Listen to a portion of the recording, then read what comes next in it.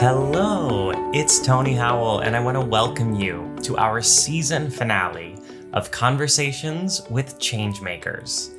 One of my mantras is honor your past, present your present, and design our future. I've been honored to interview 23 incredible changemakers on this show. And most recently, I listened to 23 hours of audio to present you with this recap. The singular, biggest lesson, the through line that I heard centers around authenticity. The ubiquitous Nathan Lee Graham says it best. It all comes back to authenticity because when you are your authentic self, people can intrinsically feel that energy. Energy is palpable, energy is real. So try to be that, try to find who that is as soon as you possibly can and just become more of it. I always say, whoever you are, whatever you are, become more of it. And I mean that. Rewinding to my very first conversation with my friend and client, Jen Waldman, she says the same thing, especially when it comes to your online presence and creating a brand. When it's honest, it plays a huge role because in many cases, we're finding people, meeting people for the first time on the internet. And so you can really smell a mile away when someone is full of it and when someone is authentically representing themselves. So when someone is authentically representing, that goes a long way. And I don't even think of it as, we work in similar but different circles. So the word branding to me is not one that is really in my daily vocabulary, mostly because most people don't approach it like you, Tony. They don't go to their clients and say, what change are you seeking to make in the world? Instead, a lot of branding looks like, well, we've done market research and what people want is X, so you should modify your brand to represent what people think they want. Like, you would never approach it that way. But I think branding as a concept really has that stigma around it. And what I think it is, and why I love working with you, is figure out what you're about. And this is also in very many ways my own why. Figure out what you're about and then express it. And so where are you expressing it? You're expressing it on your social media platforms. You're expressing it on your website. And so when you know who you are and you're able to express yourself, people respond to that. So I think it plays a huge role. What I see a lot of artists doing is looking around and going, well, that person's very successful, so they must have figured out the formula for branding and marketing, so I'll just copy what they're doing and expect that it's going to work for me. Well, it worked for that person because that's really who they are. I look at branding as sharing your humanity or tapping into the humanity of your audience. I do have a free brand bootcamp available on my website, tonyhowell.co, but my annual class on personal branding and photography is starting this January. So if you're interested in that, make sure that you check out Presence. You may know that I equate a lot of metaphors to my favorite movie, The Wizard of Oz. So when it comes to branding and sharing your authentic self, your humanity, we've got to follow the yellow brick road. First, we're going to listen to your heart. That's authenticity. Then you use your brain and you get into the strategy. But then it takes courage. Listen to leading man Telly Leung describe putting himself out there courageously on the cabaret stage. It's hard to share personal stories about yourself because it feels like you're naked on stage. But and also at the same time, you say to yourself, is it enough? Like, who wants to hear about my story? There's that little voice in the back of your head that goes, you are not interesting. Like, your story is boring. But actually finding that courage to tell your story in the most authentic way and in the most truthful way, and to actually engage an audience in your story makes them, it actually helps move people. It actually helps people kind of look back at their own stories and maybe find the courage to tell their stories as well. So that's definitely something I've learned by doing concerts and by doing cabaret, to just trust that my story is interesting enough, and that if I'm truthful to that and that somebody will connect to that, And oftentimes it's the more specific, the better. You know, like I talk about my family a lot in my shows, and it's very specific. I come from a Chinese Cantonese immigrant home in New York City. Like it's so specific. But, you know, me being very specific about my upbringing in that household, you know, I find that, you know, there are kids who grew up in Indian American homes who are like, oh my gosh, that's totally my parents. Or kids that grew up in like Latino homes that are like, yep, we have traditions too, and they're sticklers about X, Y, and Z, and this is why. And so people connect, and I think that's always the goal of doing concert work and cabaret work. When you get an intimate room like that, you know, when you're at a place like Birdland or Feinstein's at 54 Below or any of these great little rooms where cabaret artists are working and you're hearing their stories, you know, it's a chance for everybody to feel like we're not so alone when you share that story, you know, and you can share it in an authentic way. And my goal is to always have people kind of leave my concerts or leave my shows going, I know a little something about that person. Not that person's work, not that Telly played Rent, you know, was in Rent, or Telly was in Transit or Aladdin or Wicked. That doesn't matter. The resume stuff doesn't really matter. Like I know that person a little bit more, and wow, how wonderful that he was able to share his story. Where are the opportunities for me to share mine? And I guess if I can get one or two people in that audience or more to leave and go, you know, my family story really interesting, or like my story about me finding love is very interesting. You know, that maybe I feel like then I've accomplished my job as an artist. It is super scary to share who you are and your experiences, but let the words of these next two changemakers inspire you to share your truth. First, the host of Future Hindsight, Mila Atmos. The biggest impetus to sharing is that I discovered that some of the feelings that I had about life in general are pretty common, and that I'm not alone. And I think there's a feeling out there among many people that whatever they're going through is unique in this big life on this planet. You know, I mean, it's in of course these times in as these well. times, even, you know, 10 years ago, 15 years ago, there are a lot of things you go through and you think, oh my goodness, this is so isolating and it's so lonely. And how am I going through this on my own? But it turns out we're really not doing that. All of us have something very similar going on. And, you know, a lot of these life milestones are so common, but we don't think about them that way. And we don't share about them that way because so many people hide these challenges, right? And so we like to pretend, especially with social media, I would say it makes it worse because we like to pretend that our lives are these perfect, shiny objects, you know, for show. And that's just not how it actually is. And now, Broadway recording artist Catherine Allison. I was so grateful to be that job, but I felt like there was something in my chemistry that was like, I felt like I learned what I could learn in this experience, and I wanted to grow.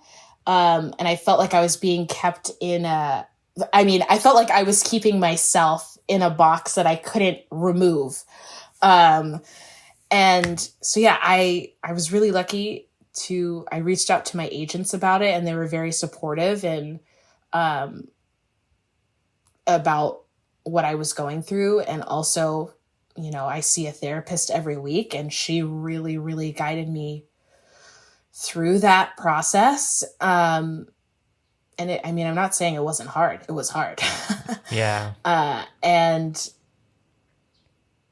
you know, talking to people who are close to you about it, I think definitely helps to release the burden. Because I felt really guilty. I was like, these people that I look up to, and that have celebrated me in every moment, I feel like I'm not giving them my all. And I'm really a person that's like, I want to, you know, they're working just as hard as me on either side of me on stage. Like, I don't want to give any less than that. And that was hard to grapple with.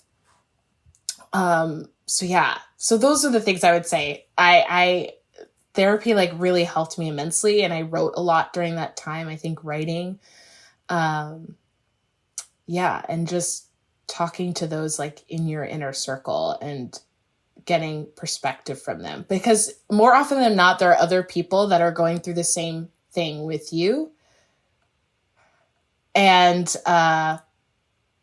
you can help each other through it, you know?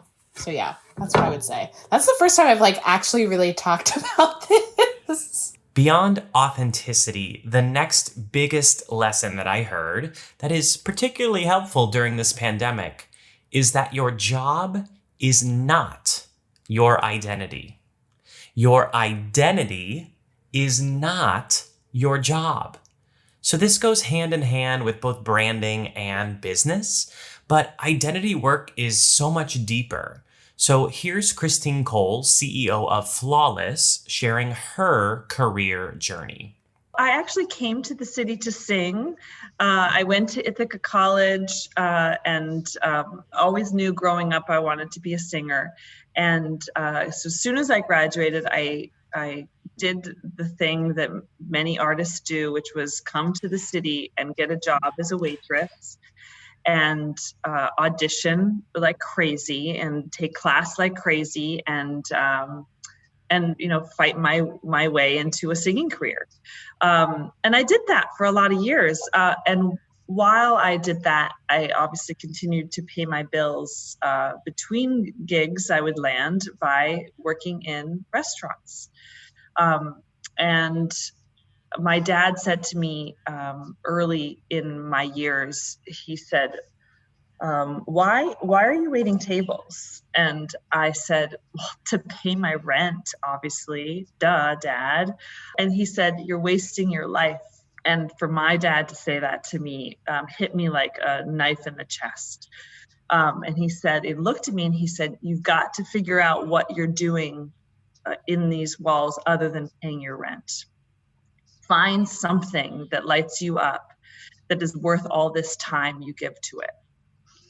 So I said, I thought about that, and that's when my already love for food and wine really began to flourish.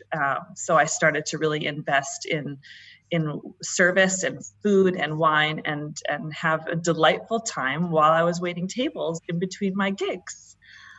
Then doors started to open up for me in restaurants, and honestly, that success was really attractive.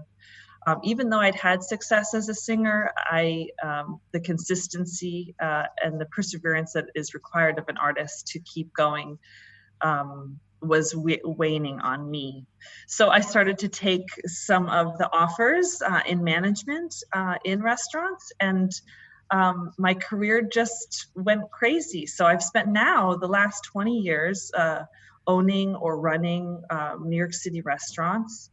And managing teams. And a year and a half ago, I left operations of restaurants to start Flawless. This is comparable to New York Times best-selling author Marie Forleo. So here she is describing her path. When I graduated from school, my first gig was on Wall Street on the floor of the New York Stock Exchange. I'm a human who has a lot of energy. And when I was an undergrad, I just couldn't imagine sitting in a cubicle, like at a desk all day. That felt like death to me. So the notion of Wall Street was really exciting. But here's the deal, Tony.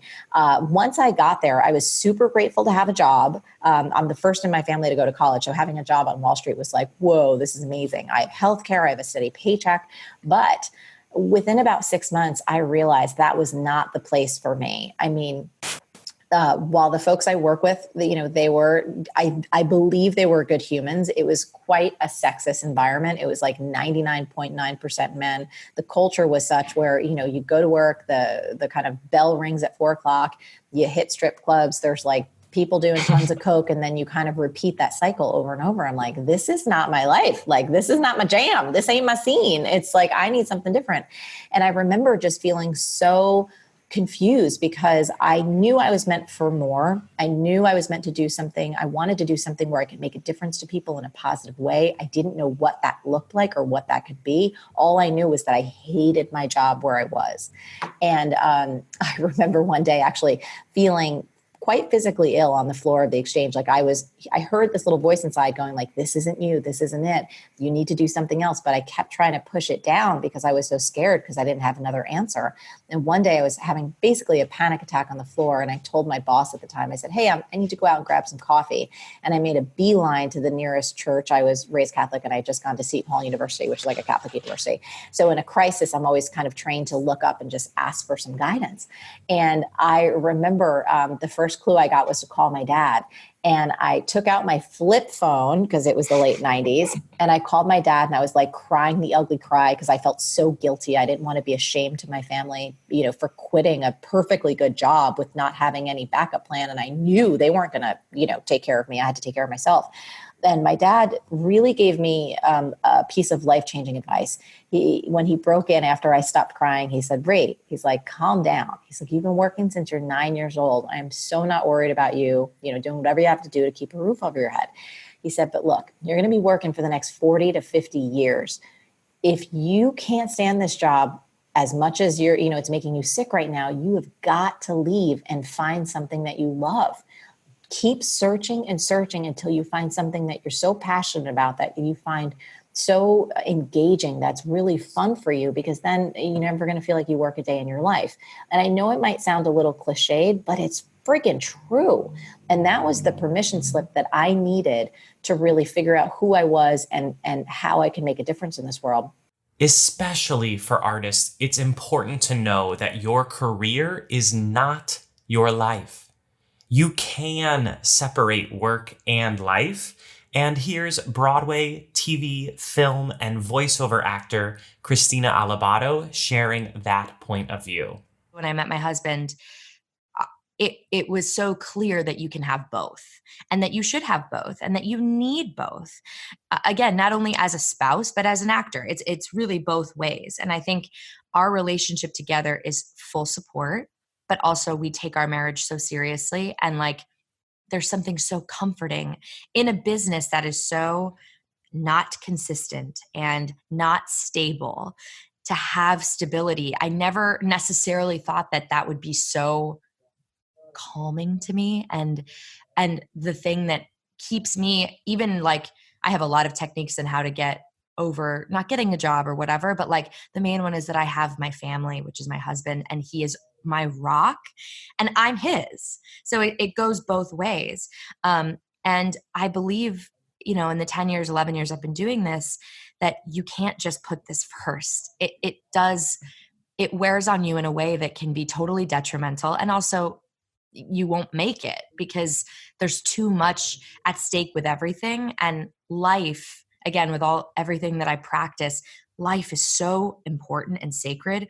And life is not just your job in any career. It can be easy in ours, in acting, to feel that way because it's high stakes all the time, so much rejection, but life is still life. And so finding a partner that believes in the same things as I do and works as hard as I do as an actor was like the universe being like, here you go.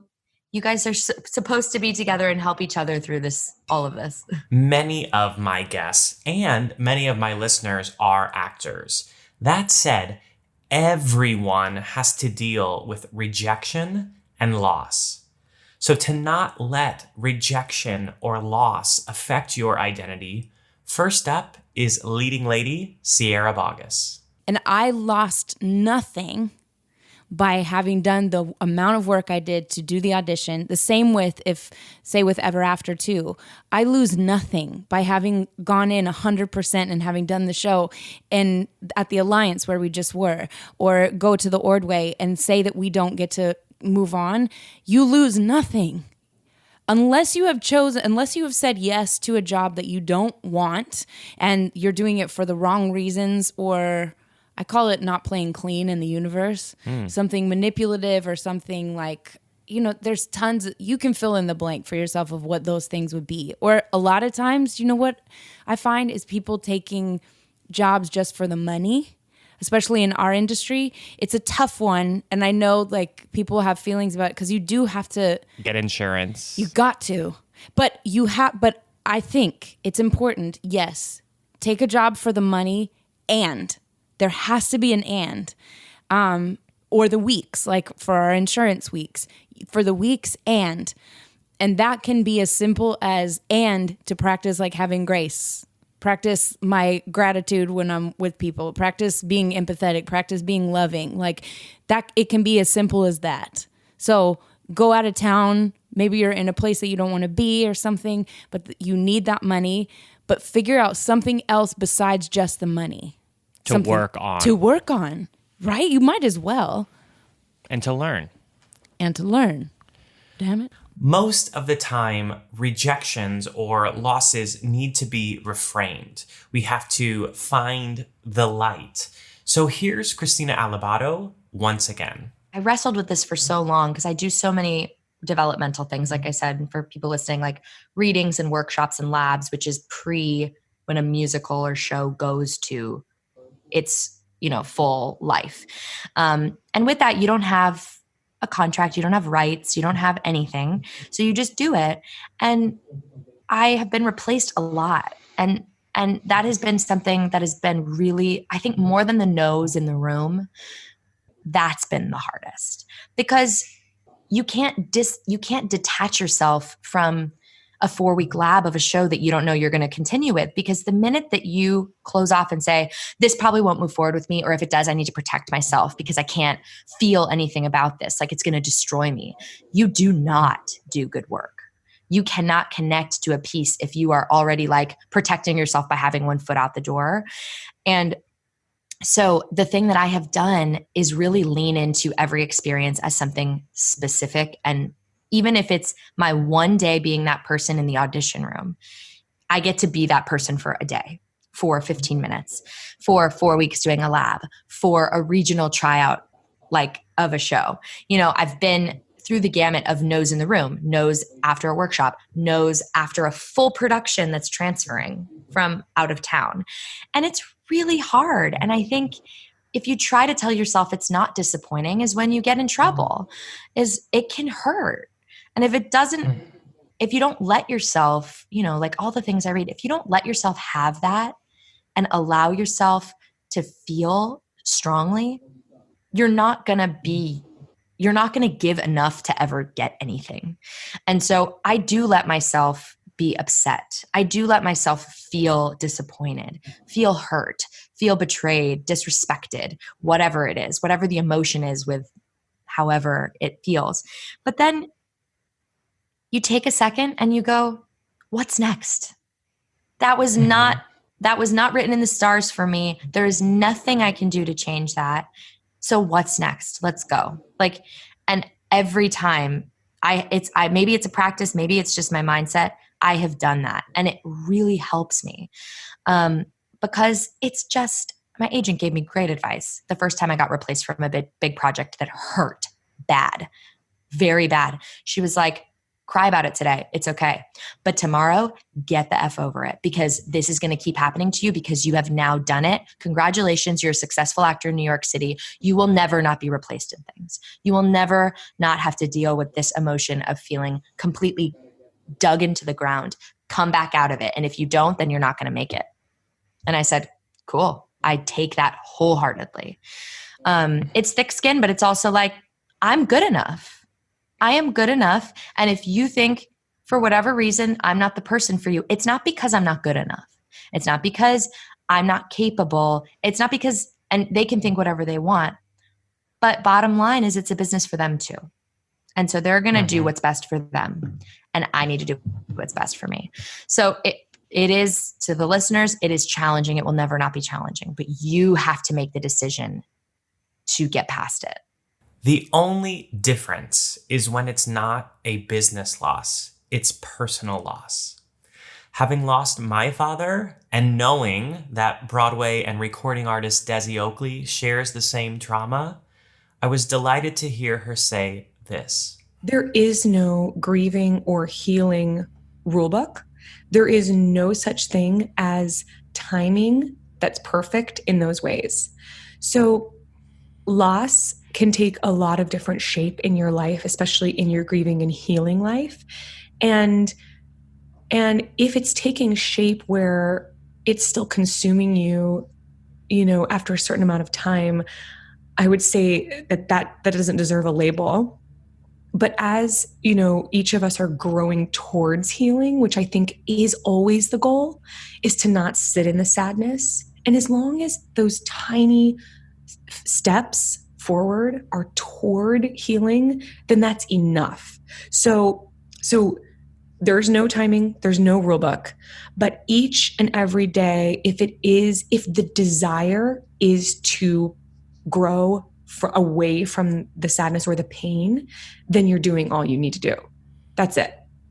Because there are some people, and it could be the way that you're wired, or it could be this particular loss that you had, that do feel they need to sit in the sadness, and that they want to get comfortable there, and they want to build their home there, and they want to stay there, and they want to get cozy in that pain.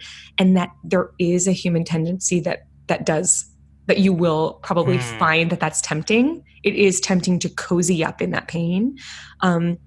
We feel sometimes safe as the victim. We feel sometimes safe as the one suffering. But as long as you're fighting against that every day, whatever that looks like, is like, no, I want to be healing, or I want to feel better, or I want this to become a part of my story, as long as the desire is toward the light and toward the healing, then that's enough. That's enough.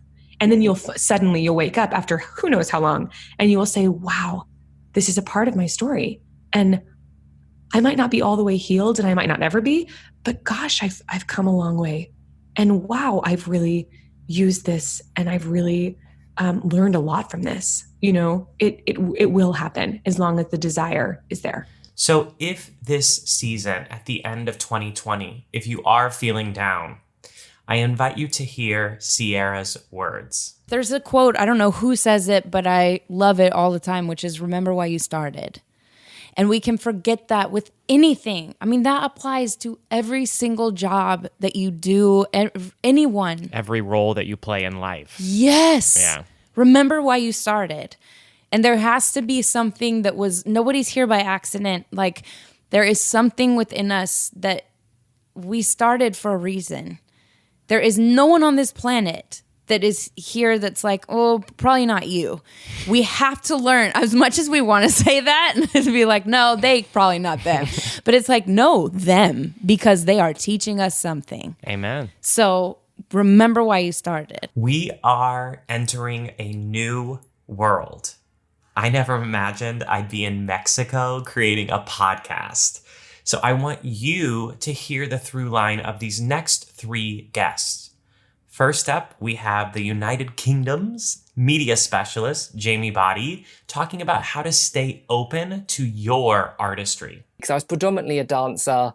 I could hold a tune and I had like 1 or 2 audition songs, but for me, dance was what I did. And I think as all performers, we are in it. We attach our worth to our skills and what we produce on stage. And we sometimes don't see the value of them off of stage or outside of the audition room.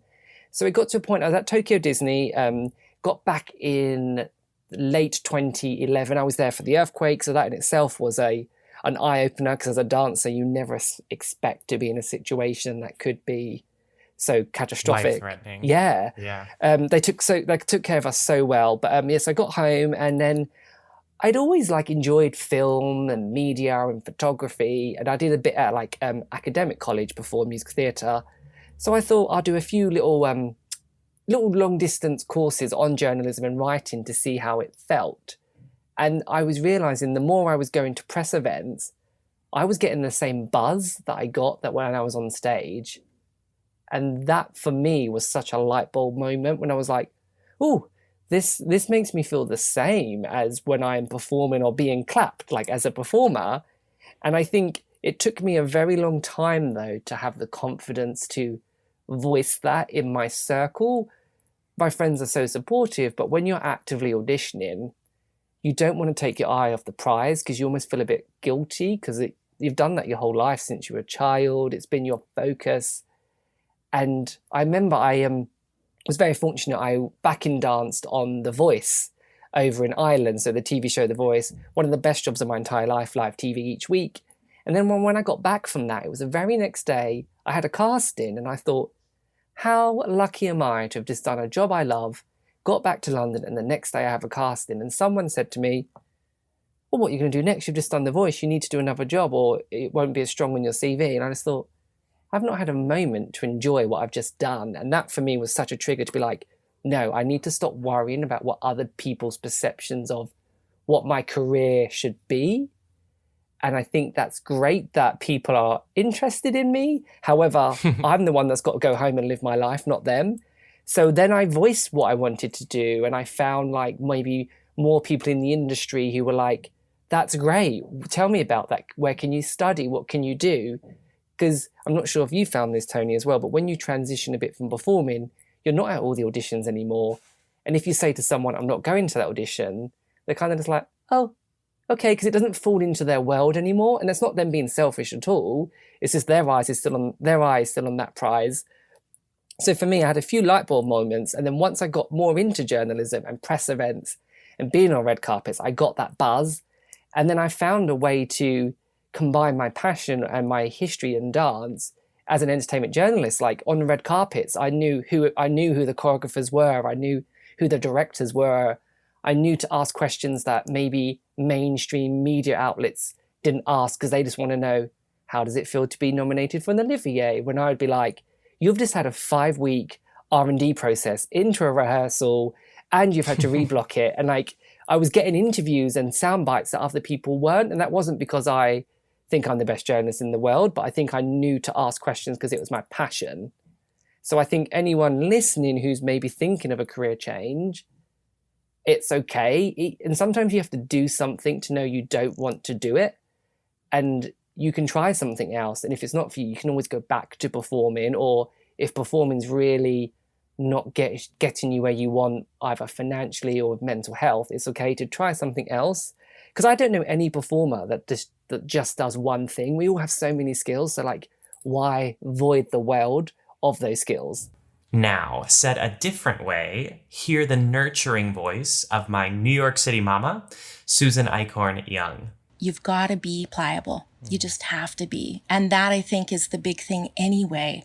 This time, we don't have a choice. But I think that's something we all can learn moving through this time. We must stay pliable. We must stay innovative and creative and be able to make adjustments and not get so stuck in one aspect of what we do or how we do that we can't make some adjustments.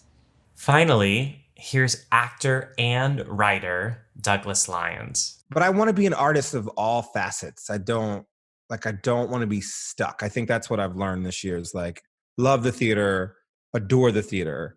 But being an artist means you can be all these different things. I was telling a friend of mine last night, Janelle Monáe, who's the other one? Janelle Monáe, Lady Gaga, theater girls. Mm-hmm. Like they were theater, Ariana Grande, theater artists who have become pop artists. So anything is possible for any of us. And just being open to your artistry and not necessarily the lane that you thought you had to be in, I think is important. So authenticity and finding an identity of who you are that isn't your job. Still, I know that art is your job. So let's look at creating art for a moment. Douglas Lyons once again shares some great advice.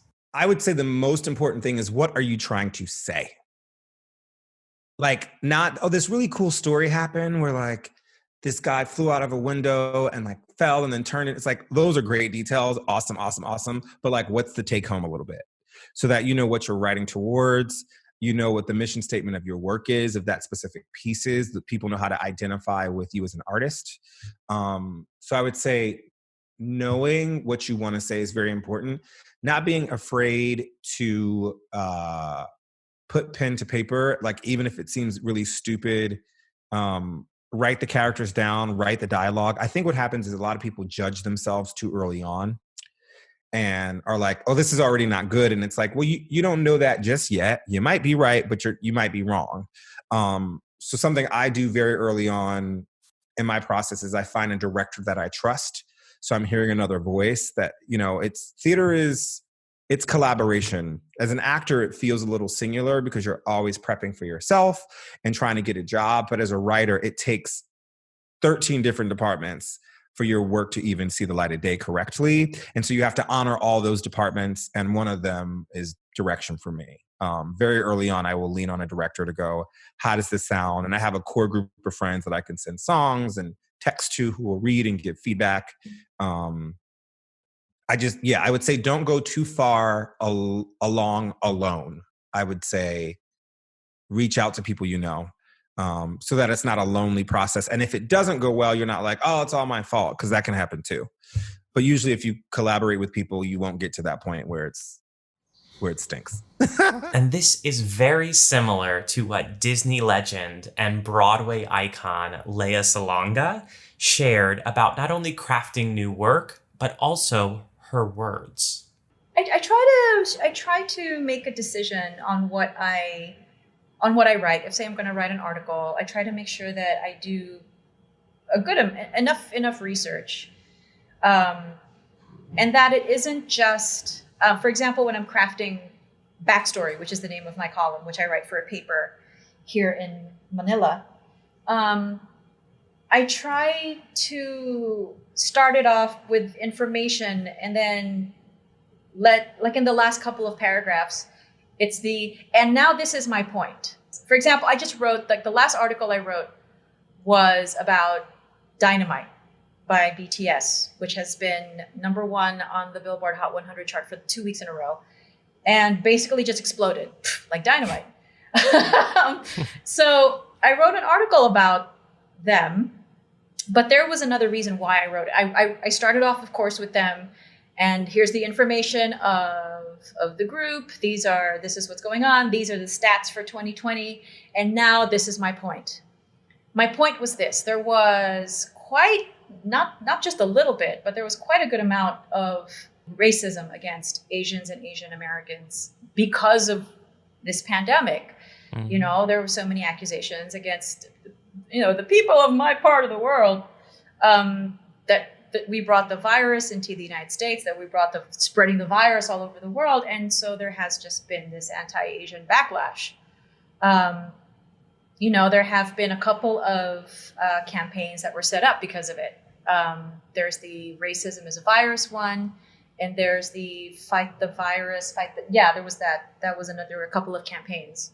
The response then of what is arguably the biggest K-pop boy band in the world was to release a single whose sole purpose was to put positive vibes like crazy out into the universe and make people happy. I'm like, that is like the classiest thing. That is the total embodiment of Michelle Obama's quote of, when they go low, we go high. I'm like, the first thing that hit me was like, oh my God, this song is so much fun. This is like song of the summer contender. And then the more I listen to it, the more I'm like, oh my God. It's subversive in a good way. It's almost as if you're representing every single Asian person on the planet, saying you can kick us down if you want, but we're going to still respond with positivity and good vibes and making people happy and trying to comfort and cheer on this world in this time of COVID-19. It's classy. It's so classy. I still can't get over how classy it is. And as an Asian person, I couldn't be more proud. So if art is figuring out what you want to say and then letting it come out or through you, what happens when the artist gets in their own way? I'm going to let Sierra take this one. And Tyne Daly, the great Tyne Daly, says she always has some pearl of wisdom before we would go on stage or something. And one of the things that she says is get off yourself and get on the other. So if you're going on stage even and you're thinking how does this make me feel, my character and stuff, it's not enough.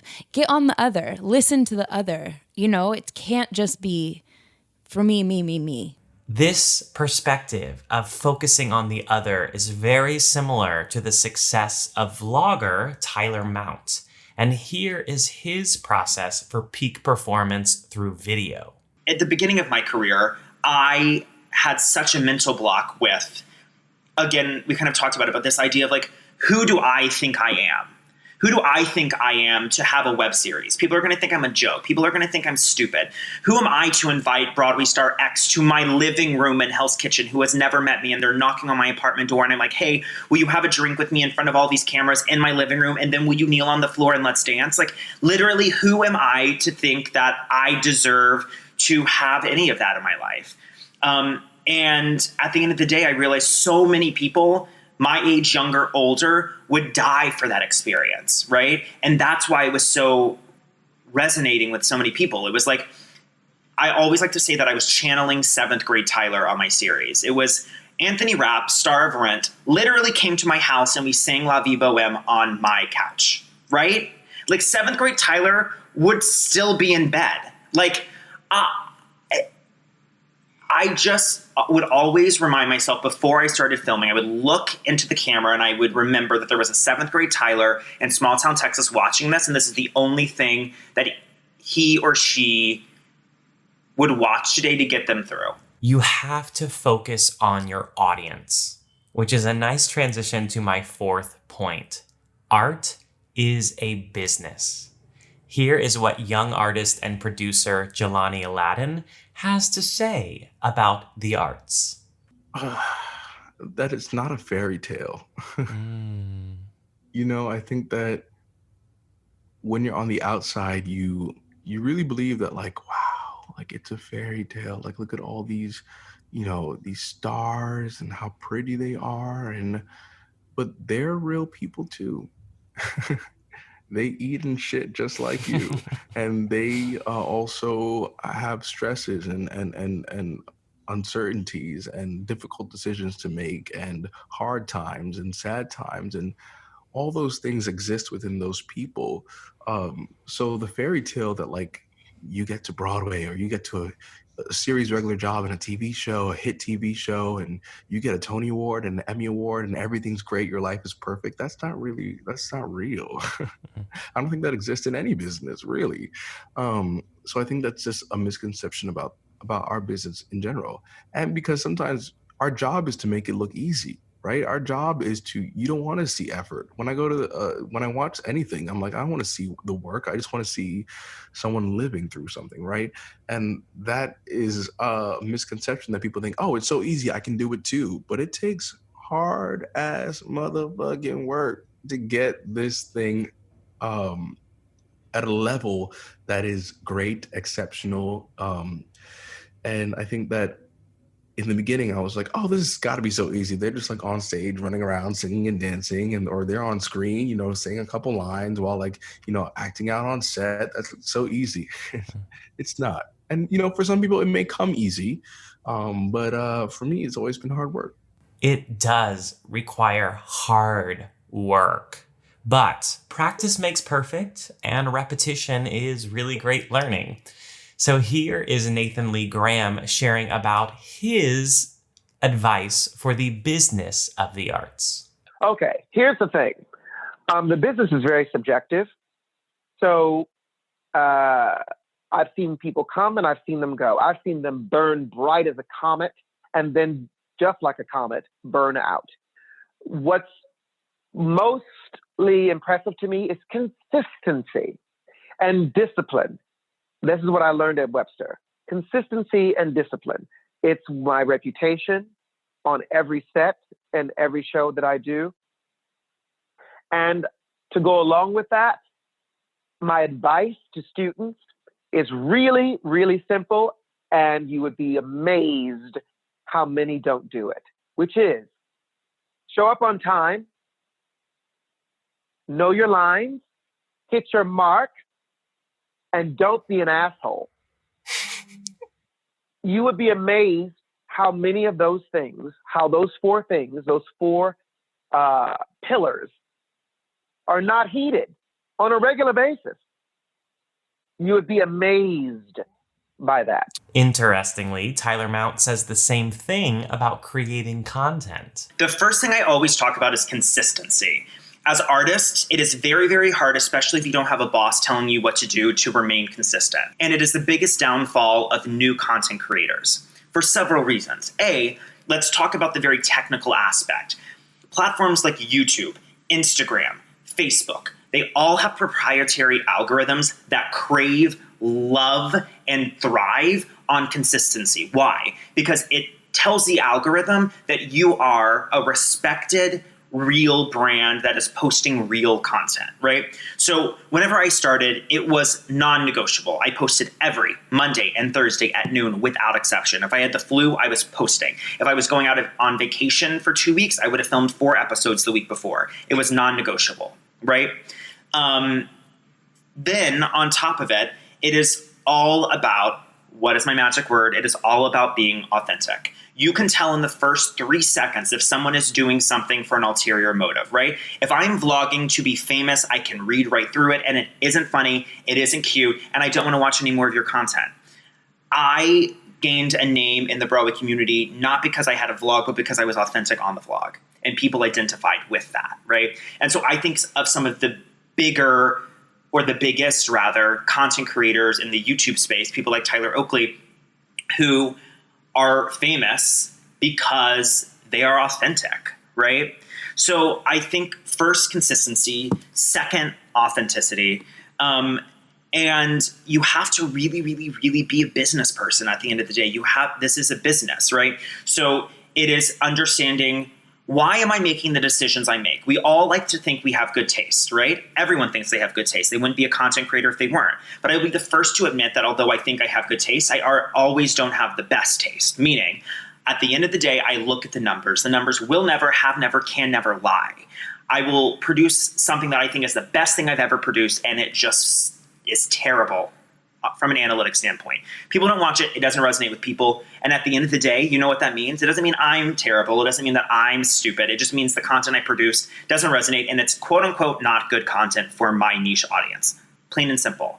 But then once you start producing more and more work, you can look at all the data and start to make comparisons and block trends and see, oh, this actually does resonate with my audience, and starting to produce content that more stems to that vein, et cetera. So now, even 2-time Tony-winning producer Ken Davenport practices consistency and discipline. Listen to this. Listen, you get married, you have a child, you find yourself wanting to go home to spend time with that kid before she goes to bed. Like it's part of what happens, which is great. But I can't stop doing the other stuff. I hire myself, right? I don't have a 9 to 5, 10 to 6. I'm not going to get paid unless I produce, unless I create. So, and I'm really not willing to take that job in Wall Street that I talked about. It's not what I want to do, which means I have to figure it out. And that's what entrepreneurs do. That's what entrepreneurs do. You figure it out. I get up every morning at 5 o'clock in the morning. I go downstairs to my Starbucks in my building and I spend an hour writing because that's the only time I can find to do it. I go to the Starbucks because we're living in a 1-bedroom apartment. My daughter is sleeping in a walk-in closet. And it's tough and it ain't easy, but that's what we do right now. And that'll change. We actually have an apartment. We're moving. I created a little workspace so I can be home more. But it's about figuring it out. And again, however challenging it may be for you, me, everybody, we all have our unique challenges. There's so many other people out there that have it much more challenging than we do. And that's what I try to think about is that, wow, I'm blessed. Look at this. I'm lucky. I get to do what I love to do every day. So yeah, I can figure out how to find the time to do it more, how to find the time to spend time with my daughter. I have a new business development mastermind that starts in January. It is weekly and affordable coaching with me. But one of the lessons I took from coaching artists and entrepreneurs during the pandemic is that artists are entrepreneurs and entrepreneurs are artists. So whether you are pivoting or preparing, I love what Built for the Stage founder Joe Roscoe shared about business. It's important to like know why you're getting into it and what your vision for it is 5 or 10 years down the road.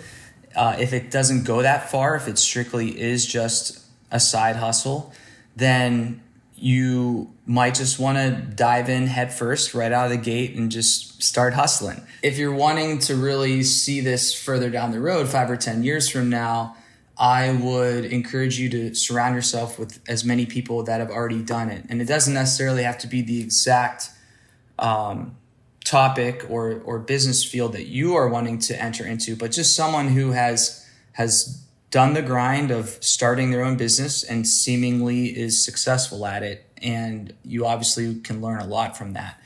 And then it's faking it until you make it from that person or the other resources that you study or listen to. You then try to adapt that in your own way and just continue to figure it out as you go. As an entrepreneur, you have to be resilient. You have to be willing to pivot, ball change for your life, just pivoting and pivoting and pivoting. And you have to have thick skin as well. And just like in a career of theater, you can't just like the idea of being an entrepreneur or the idea of being your own boss or the idea of owning your own business, but you have to be willing to do what it takes and to accept all of the responsibility that comes with it. You know, an employee might have a list of things that they can be upset about or not love, but at the end of the day, they typically go to bed at night, you know, not worrying about if their job's going to be there tomorrow. Whereas the entrepreneur, especially in 2020, you're just maybe wide awake at night thinking, how will we survive? So whoever out there is looking to start, surround yourself with people that have already done it. Make sure that it's not just the idea, but that you are willing to kind of dig your feet in the sand and get ready for some work. With even more truth bombing, here's Jen Waldman with some advice for the artist. Well, I do think that it's an integrity crisis. So I think the first thing is to get clear on whether or not you are indeed a person of integrity. So when I look at integrity, what that means to me is that what you believe, what you say, and what you do are in alignment. And part of what I think is a big challenge, especially for interpretive artists like actors, dancers, singers, etc., is that it often feels like they have to wait for someone to give them permission to do their work. And so that component of what you do can sometimes feel like it's out of alignment because there's an abundance of people and not as much an abundance of opportunity. So what I hope people will start to do is shift their mindset around how they are seeking the work that they want to make. So rather than thinking of it as seeking permission, thinking of it as seeking other artists who are trying to make the same change as you and then make it together. So authenticity, identity beyond your job, be an artist and business. But what makes someone an effective change maker? Well, Mila Atmos articulated that for us. I think the consistency is that they have confidence that whatever they do will work. I think a lot of people like to be naysayers, or a lot of people try to talk themselves out of doing things, but not these people. All of them think, you know what, I'm going to try it. I'm going to go out there and do this thing. And they are maybe just fearless and confident. People who are fearless have the ability to create change. Here's casting director, writer, educator, speaker, fairy godmother, Kate Lumpkin, talking about fearlessness and making change. I've been very outspoken about this. I think we need to see not just women, but I think we need to see more, GNC, non-binary, female identifying, male identifying, trans people who are not just white cis men in positions of power. And I think we're already seeing, I don't know if you watched any of the news yesterday, we're seeing what can happen when those people, when people of color, when women of color, trans people are in positions of power, what incredible fearlessness there is. And it's powerful, potent stuff. And I think, it's really interesting casting. There are a lot of female identifying casting directors. There are a lot of us, but they're still mostly producers that are cis white men. And the producers are the people who actually make final decisions, not the casting directors. And so I think we have seen a lot of, especially female identifying casting directors, who are making bold moves, and not just FI, but, a lot of casting directors who are trying to create different stage pictures, something that I really, really, really set out to do, make the world on stage look like the world we live in. Why is that such a revolutionary thing? I don't get it. But I've been really fortunate to work with a lot of young producers, a lot of young GM teams, a lot of new writers, a lot of people of color, a lot of, people of just varying identities, backgrounds, experiences of life. And because of that, I think the pictures that we see on stage in a lot of the shows that I've cast are a lot more reflective of the world that we live in. I've been really fortunate to work with people who just aren't scared. And I think that lack of fear does come from, we're just kind of throwing it against the wall and we're trying to make it happen and let's take creative risks and do interesting stuff. So, my hope is not just that we see more inclusivity and diversity, whatever kind of buzzword you want to use, more real people who live in this world in real people jobs. But also, I hope we see more vocal allies of our white cis men who are willing to stand up for people, who are willing to allow other people to work with them and above them and all these things. I've also had great experiences in that reality too, which is awesome. Now we just need to see more of that. And I hope, especially in our political world, that we really, really, really start, I think for better or for worse, what's currently happening in our government is at least getting people to wake up and to go vote and to show up and march and do things, and we can't stop that. My only hope for the future is no matter what happens in our next elections or any of that, that we don't stop staying awake and we don't stop voting. That this continues and the cycle only increases, that we keep getting new faces in politics. I think we need a younger generation of people, no matter what they look like, no matter what their experience is, to show up for positions of power across the board, in the arts, in politics. And when we do that, especially in the arts, we will see a reflection in our politics. Guys, entertainment is what shifts the world. We know this. The stories that we tell, whether it's to ourselves or to the person watching the work. Yeah. And I say this to all the kids that I teach across the country. We've been doing 3 things since the dawn of time. We've been eating food, making babies, and telling stories. And, that's it. So the stories that we tell are what shape our societies. They are what inform our politicians, and they are what, more importantly, inform the voters, which is what informs the politicians. So I think it's our responsibility to keep creating art with people who look like the people in our world, keep creating opportunities for artists to tell their stories, and most importantly, we need to train the next generation of producers, and we need to widen the scope of what that looks like, and we need to make sure that, people in those positions to make final decisions have had different experiences of a life. The through line here that we need to continue to hold our producers and writers accountable to was articulated by Catherine Allison. It's so important that we reflect the world that we live in. The world that we live in is not one thing. Not everybody looks the same. And that can be frustrating when you're entering a situation. You're like, a wealth of perspectives gets lost. And I think that's doing such a disservice to the art. The entertainment industry is one of collaboration. Not one person can do the whole thing by themselves without including multiple people along the way. And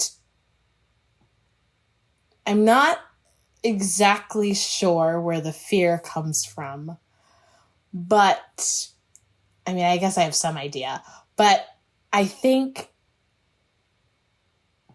every art form will be elevated by it. I think that's the exciting part. It's like there's nothing bad that can come from from including BIPOs, Black, Indigenous, people of color, the LGBTQ plus community, and having all shapes and sizes on stage. Like that just sounds like a beautiful group of people making some incredible art. I also love what constant ally Susan Eichhorn Young shares about the seismic shifts of 2020.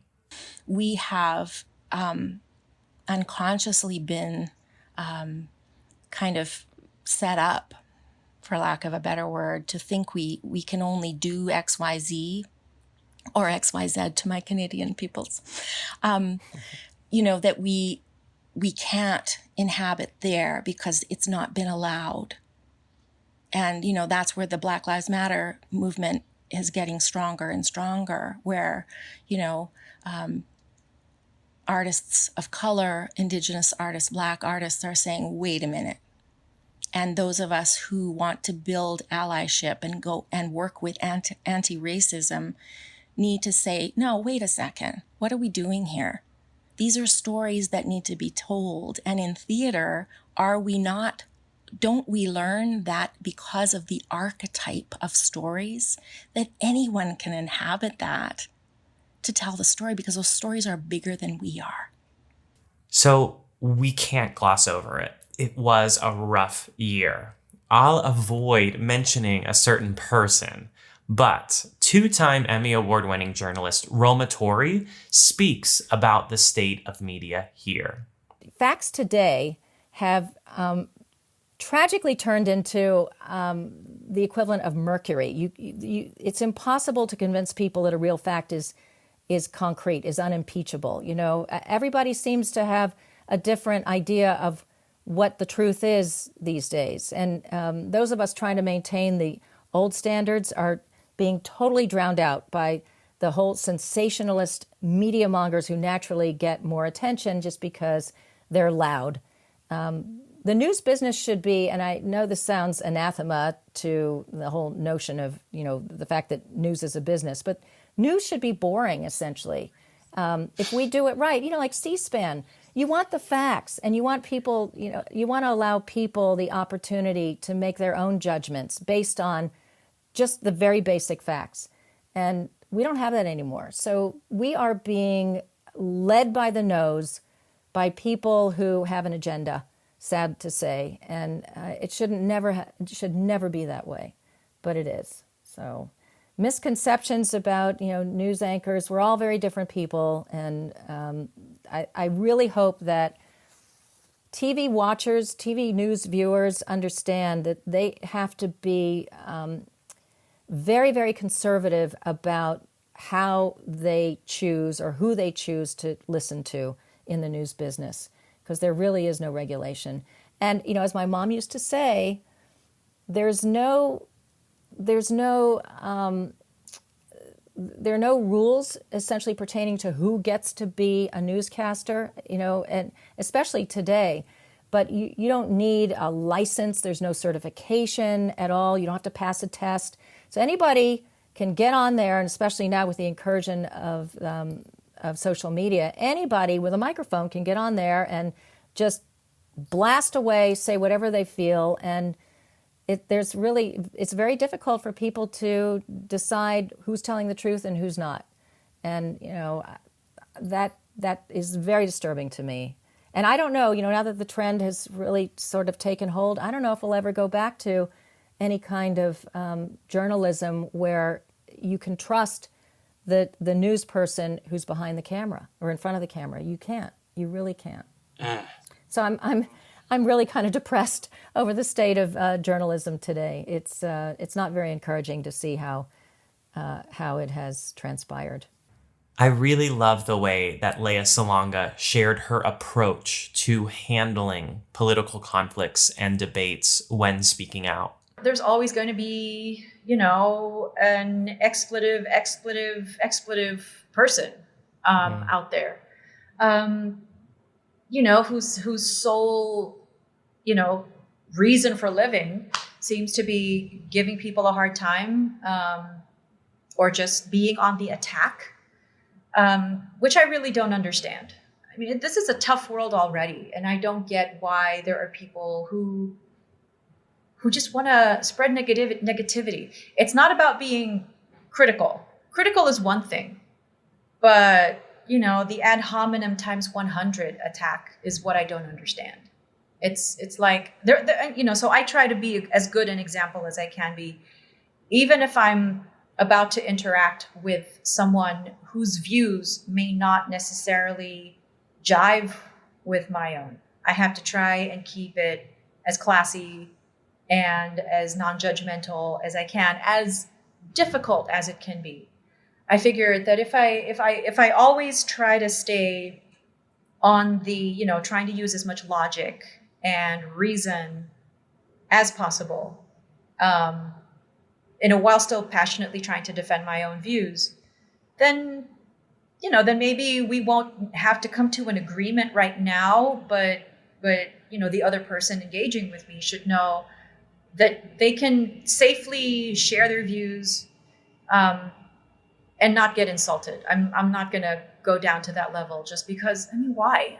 There has to be, at the very least, there has to be respect between myself and whoever's reading my stuff. I have to, I don't want to insult anybody's intelligence. And so the strategy, I guess, is to try to be as transparent as possible, to be very, to always word things as simply and as directly as I can. And to time things for when I'm not so heated in the head. Sometimes, though, I can't help that, and I get myself in trouble. Now, this might sound Pollyanna and silly, but truly consider Christine Cole's idea for bringing people together. I think that we need to have acceptance for the beautiful diversity that exists. And I think that food is an amazing connector. So I think that we should have dinner parties with world leaders and artists and children all at the same table. And then we should play Uno at the end, and have people skip together down the street as they leave, and allow service and food and experience of the evening to cause a connection to people who are very different in maybe their religious or backgrounds or their political philosophies. The final lesson deals with success. Broadway Black founder Drew Shade keeps it real with his definition of success. Success is being happy with what you're doing, with what you place your hands on. Success is, yes, being happy, but also being able to find a way to monetize your gift, what you're best at. And I know that a lot of people say, oh, well, you don't, the money is not the most important thing. Well, bitch, I got bills to pay. I got things to do. And I got life that I want to live. And I can't live life off of experience. As great as it is, success is being able to find a way to do what you love and monetize it. And I've been able to do that. And so I feel as though I'm successful. Even if I may be scraping by some days, my bills are paid, I can still eat, I can still live life and experience life and not have to worry. And that wasn't always the case. There were some months and some days where I was literally going to events just to eat. I was going to events just to figure out, oh, well, maybe somebody might let me sleep on their couch tonight. And I'm sharp to the nines, what I'm saying, dressed to the very 10. And I didn't have a place to live. I didn't have food to eat. And that's a real experience. And not everybody has to go through that in order to get to where they want to be. But that was an experience for me. And so in order for me to in order for me to feel as though I've been successful, I just wanted to eat. I just wanted to pay my bills. And so that's success for me. And I enjoy doing what I love. You know what I mean? And I'm not sacrificing my soul for a coin either. I'm not sacrificing what it is that my morals and my values just to get paid. I'm doing what I love. I am being adamant about where I stand in my morals and values, and I'm also able to make a coin. That's success. This is very close to the way Ken Davenport defines success. Success is doing what you love with the people you love and with who loves you. And that's it. That's it. It starts with doing stuff you love and then surrounding yourself with people that you love who also love you back, finding your community, finding your tribe. But it's really that first part about if you're doing what you love, I don't care where it is.